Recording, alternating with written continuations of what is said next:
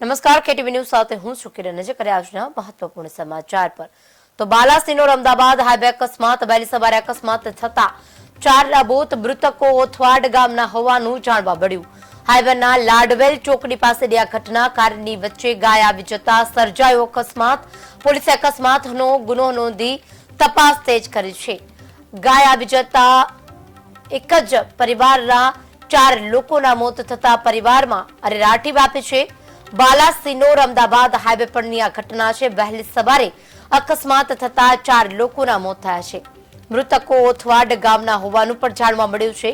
હાઈવેના લાડવેલ ચોકડી પાસેની આ ઘટના છે. કારની વચ્ચે અચાનક ગાય આવી જતા અકસ્માત સર્જાયો હતો. પોલીસે અકસ્માતનો ગુનો નોંધ્યો છે. આગળની તપાસ તેજ કરી છે. તમામ મૃતદેહને પીએમ અર્થે હોસ્પિટલ ખસેડાયા છે. પરિવારને જાણ કરતા આભ ફાટ્યું હોય તેવા દ્રશ્યો સર્જાયા. તો એક જ પરિવારના 4 લોકો હોવાથી અરેરાટી વ્યાપી છે. બાલાસિનોર અમદાવાદ હાઈવે પર વહેલી સવારે અકસ્માતની ઘટના બની છે. 4ના મોત થયા છે. ઓથવાડ ગામના હોવાનું જાણવા મળ્યું છે. ગામમાં પણ અરેરાટી વ્યાપી.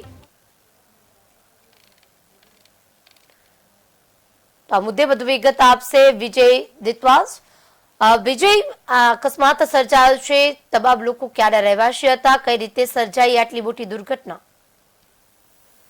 જી કિરણ, ચોક્કસથી જે રીતે વાત કરવામાં તો મહીસાગરના બાલાસિનોર અમદાવાદ હાઈવે પરની જે ત્યાં લાડવેલ ચોકડી પાસેની જે આ ઘટના છે, ત્યાં ઇકો કાર અને સવાર એક જ ગામના જે 4 યુવાનો જે અનાચક ગાય આવી જતા જે મોત થયા છે. જે આ યુવાનો છે પોતાના ગામની કામ પ્રતિષ્ઠા હતી અને તેના કારણે જે અમદાવાદથી મંડપ લઈને પોતાના ગામમાં પરત ફરી વળ્યા હતા. અને જે સમય અનાચક જે રખડતા ઢોરનો જે ત્રાસ કહી શકાય કે જે આ અહીં જોવા મળી રહ્યો છે. જે રખડતા ઢોરના જે ગાય છે તે વચ્ચે આવી જતા જે ઇકો કાર છે તેના પીછે બોલી ગયા હતા. અને જે આ ઇકો કારમાં જે સવાર એક જ ગામના જે 4 યુવાનોના મોત થયા છે. અને 4 યુવાનો જે ગામની અંદર જે પ્રાણ પ્રતિષ્ઠા મહોત્સવની જે અંદર છે તે એમનો જે રોલ છે તે અદા કરવા ગયા હતા. અને જે મંડપ લઈને જે અમદાવાદથી જે પરત ફરતા તે સમયે તેમના અકસ્માત નડ્યો છે ને. અને ઓથાવાડ ગામ છે તેમના જે હાલ છે પરિવારમાં તે શોકમય એક માહોલ જોવા મળી રહ્યો છે. જી વિજય, આશાવાદ યુવાનો જ આબા હતા? માત્ર 4 યુવાનો જ હતા જે આબા અકસ્માતમાં? તો એક જ પરિવારના હતા કે ગામના હતા? કઈ માહિતી મળી છે? બિલકુલ કિરણ, જે વાત કરીએ તો જે આ યુવાનો જે ગામની અંદર જે પ્રાણ પ્રતિષ્ઠા હોવાનું છે તે ગામના જે ગામના જ યુવાનો હતા. 4 યુવાનો જે અમદાવાદથી પરત આવી રહ્યા હતા. પરંતુ જે રીતે રાતના સમયે જેમનું જે પ્રાણ પ્રતિષ્ઠા જે અંદર જે મંડપ છે તેઓ એમને જે આદા કરવાનું છે તે લેવા ગયા હતા. અને પરત તેમને જે ગાય આવી જતા જે અકસ્માત સર્જાયો હતો. જે આ યુવાનો છે તે એક જ ગામના હોવાનું માહિતી. વિજય, અચાનક ગાય આવી જતા ફૂલ સ્પીડમાં જઈ રહી હતી કાર. કઈ રીતે આ બનાવ? કારણ કે અત્યારે ઢોર છે તે રસ્તા પર હોય છે. તે બેદરકારી આપણે એક નહીં પરંતુ અવારનવાર જોતા હોય છે. જે તંત્રની બેદરકારી છે, પશુપાલકોની બેદરકારી છે, તેના કારણે અનેક લોકોના જીવ જતા હોય છે. ત્યારે તંત્ર દ્વારા કોઈ બાહેંધરી અપાઈ, વાત કરવામાં આવી, પોલીસ ઘટના સ્થળે આવી, શું નિવેદનો લેવામાં આવ્યા, પરિવારજનો આવ્યા, એમનું શું કહેવાનું થાય છે?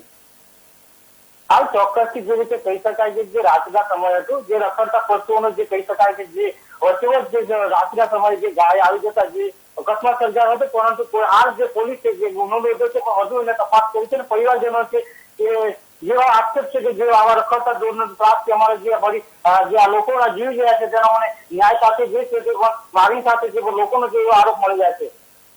જી વિજય, અમારી સાથે જોડાવા બદલ, માહિતી આપવા બદલ આભાર. તો બાલાસિનોર અમદાવાદ હાઈવે પર અકસ્માતની ઘટના બની છે. મહત્વપૂર્ણ છે કે અચાનક હાઈવે પર જે રીતે પશુપાલકો છે તેમના ઢોરને છોડી દે છે અને ત્યાં જઈ અને બેસી જાય છે.